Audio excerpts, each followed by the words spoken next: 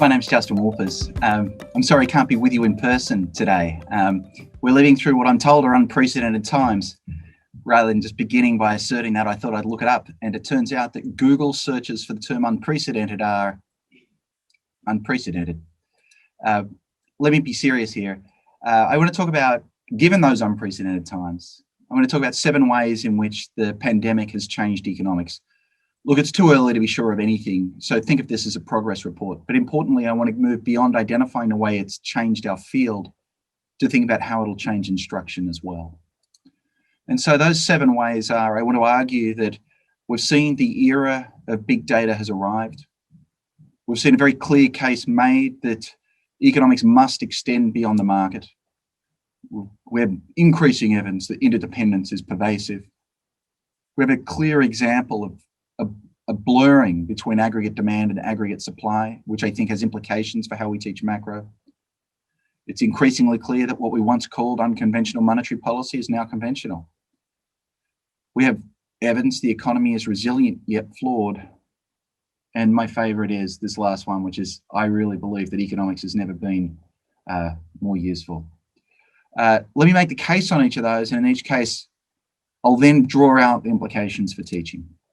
So first, the era of big data has arrived. If you try to track this economy at all, you'll realize that people are rarely using data from the Bureau of Economic Analysis or even from the Bureau of Labor Statistics. That's because the promise we were made 10 or 20 years ago that our cell phones would measure everything that we do, that our credit cards would yield useful data for financial institutions, that promise has now been realized. And so here we see a bunch of ways in which, this one's Goldman Sachs, are measuring what's happening to consumer spending. And so this includes data where they're putting together credit card reports. It includes data where Google keeps track of whether people are going to stores. It includes the old Foursquare data where people are checking in, and so on and so forth. Or if we want to think about what's going on with employment, here we see that they're tracking Homebase, which is an app used by small businesses for their employees to clock in and out each day, and they can aggregate that and tell us what's happening to small business. We see data from ADP, who can count the number of payrolls that they process on behalf of large employers each week. We see the Dallas Fed now have started their own survey. Google can measure how many people are going into their workplaces each day because Google knows where you are all the time, and so on. That's the first claim. Big data has arrived. If big data has arrived, that has implications for our students and how we teach economics.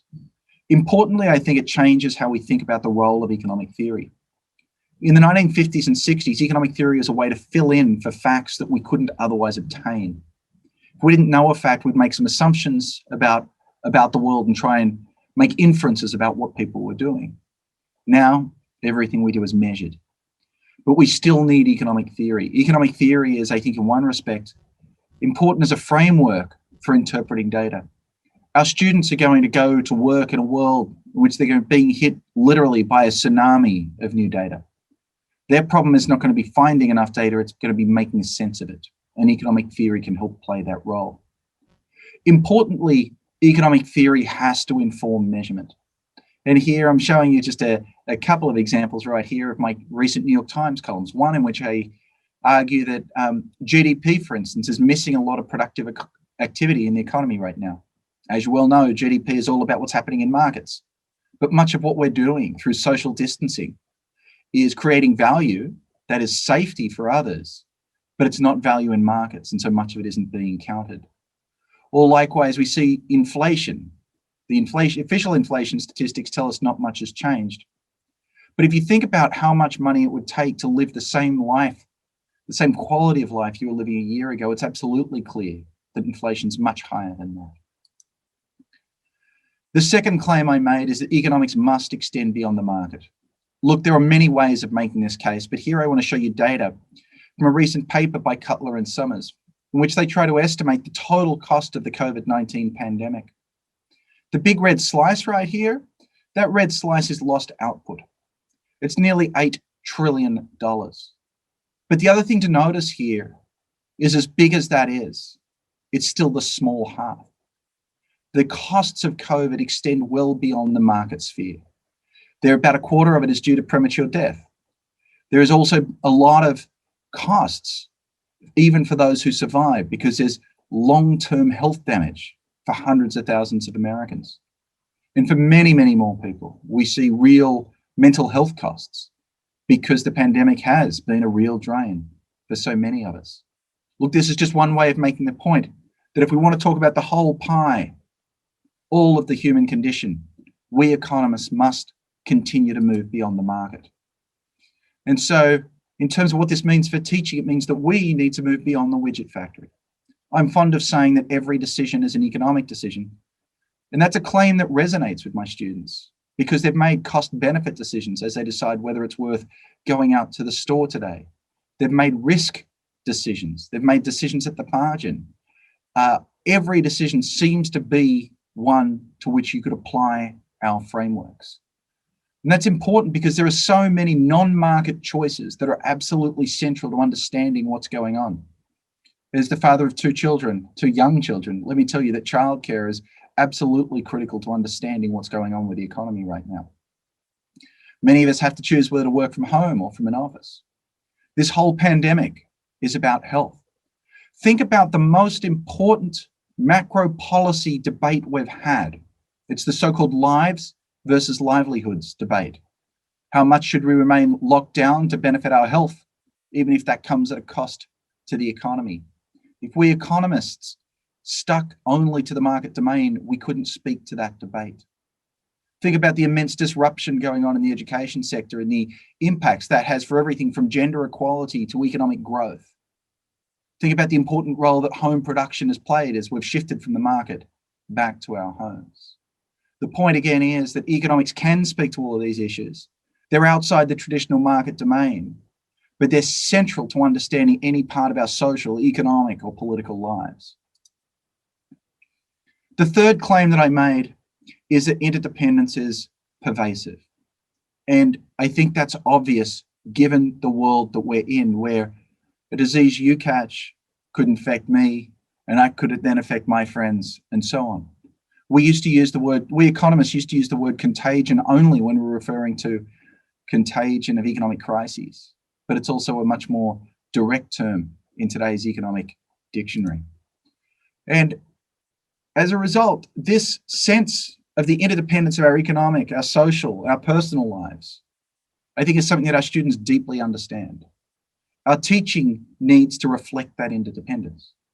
I say this because the standard ways of thinking about interdependence that we inherited from our Chicago school traditions analyze only interdependence through the market. My role as a buyer driving up the price that you might end up paying. It's a relatively small and uninteresting set of interdependencies. So I think we want to make a richer sense of interdependencies and interactions central in economics, or it will be, and our teaching job is to keep up. When Betsy and I first wrote our economics textbook, we tried to boil all of economics down to 4 core principles. Now you're going to recognize 3 of them straight away: the marginal principle, the cost-benefit principle, and the opportunity cost principle. One of the things I'm proud that we did is we added a 4th principle, and it's the interdependence principle. And it was an attempt to try to recognize that broad set of interdependencies that underlie economic life. And that I think has a bunch of implications. One set of interdependencies arise through externalities, and that's going to be an easy lecture for each of us to teach over the next few years. Economists have done a lot of work trying to understand interdependencies as we've come to understand the internet economy, and that's led us to greater work on network and congestion effects that are just as relevant when thinking about a pandemic. And if we want to move away from the purely price theoretic tradition that the only interdependencies are how we affect the price, we have the tools to do that. That's what game theory is all about. Strategic interactions are what happens when we make choices where my decision affects yours and yours affects mine. So that seems to me to be a set of tools that are going to be increasingly relevant as we come to increasingly emphasize interactions and interdependencies. The 4th claim that I want to make comes back to something I think is absolutely critical for teaching macroeconomics. One of the most highly cited papers about the COVID-19 pandemic is this paper by Veronica Guerrieri, Guido Lanzoni, Ludwig Straub, and Yvonne Werning. They argue, the question is, can negative supply shocks cause demand shortages? They say, the question asks, we present a theory of Keynesian supply shocks that trigger changes in aggregate demand larger than the shocks themselves. Look, here's what their argument is. It's clear that the initial impetus of COVID was a supply shock. But if you simply looked at it as a supply shock, you'd probably miss much of the action. Their point is that a supply shock can then set in train an aggregate demand shock. And that can have a whole lot of implications. The implication I want to explore is not for the macroeconomy, but for macroeconomic teaching. If supply shocks can cause demand shocks, then this sharp distinction we've always drawn between the demand and the supply side of the economy no longer looks so sharp. And if that's the case, then this aggregate demand, aggregate supply framework, which we thought was useful because it kept the two conceptually distinct, may be less useful than we once thought. So it's not that I think the present moment has led to a complete rethinking of business cycles, but it's led to a rethinking at a particular margin. It's emphasized the fuzziness between demand, aggregate demand and aggregate supply that might really have implications for teaching. The fifth claim I want to make is that unconventional monetary policy is now conventional. Look, the interest rate has now been at or awfully close to zero for over a decade. The Fed has said that it's going to keep the nominal interest rate at zero until at least the end of 2023. For the majority of the adult lives of our students, interest rates have been effectively zero. It's not just that. The Fed abandoned open market operations back in 2008. So this observation that what we used to call unconventional monetary policy is now conventional, I think is empirically right. That means that we need to change how we teach monetary policy to emphasize the tools that the Fed actually uses. The so-called floor framework now sets interest rates, not open market operations. Quantitative easing has become increasingly important and will remain so because interest rates are expected to remain low for years to come. Forward guidance remains an important part of what the Fed is doing. It's played an important role through the COVID crisis, much as it did through the financial crisis as a lender of last resort and a provider of liquidity. And through COVID, it's expanded its role into direct lending, partly through the Main Street Lending Program. The sixth implication goes back to these big debates about, what does the market look like? Market's good, market's bad. I want to offer two observations that I think strike a sensible middle. Our economy has been more resilient than many of us could have imagined. These enormous supply chain disruptions have had almost no effects on our food supply. Look, there are a dodgy few weeks where a few of us were worried about getting toilet paper, and it is still hard to get Clorox wipes. But it's still true that beans and rice and bread and vegetables and fruit and meat have still been widely available.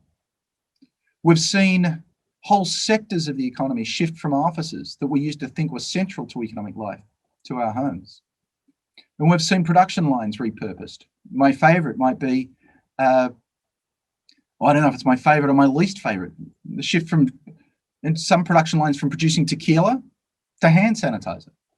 We've seen General Motors move from making cars to making ventilators. Yet for all this resilience, the economy remains flawed, more flawed than many of my generation had imagined. Our students, their opening experiences of economic life were that they've had two once-in-a-century shocks within the first 2 decades of their lives.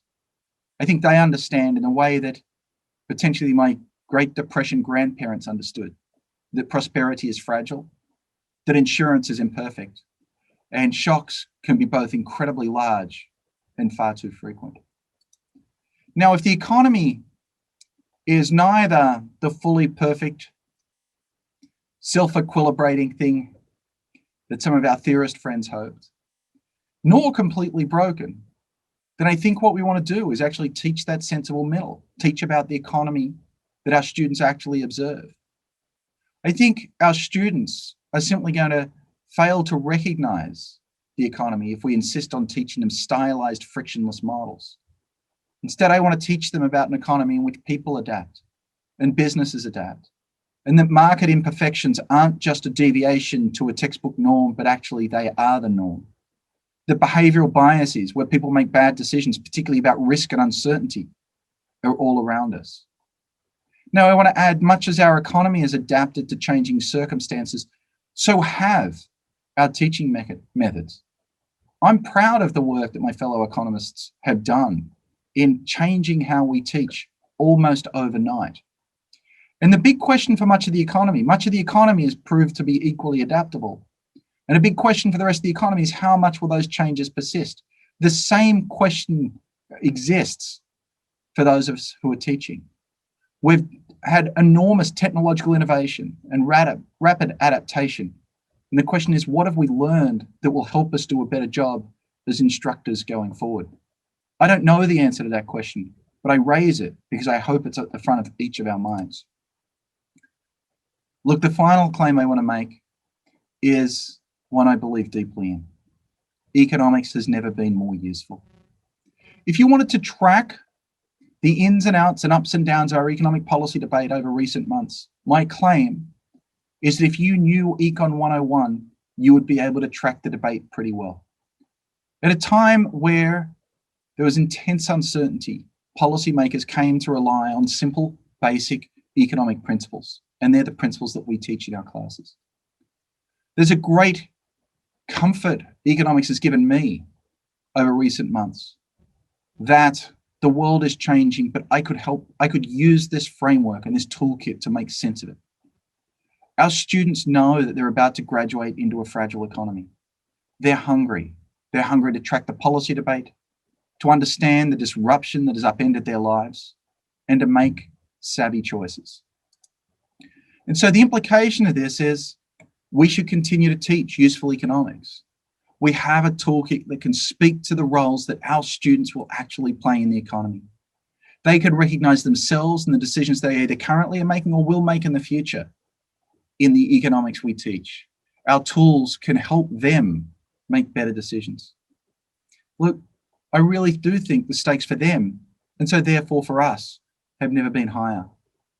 They face some critically important decisions, and we can give them a set of tools to help them make better choices. That leads me to think that what we as a teaching community doing is so important.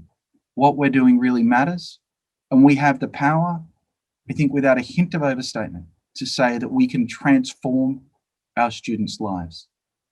So I hope that each of you found something a little bit useful in my list of the 7 big changes in economics and how they will transform the way we teach going forward. And I look forward to continuing the discussion.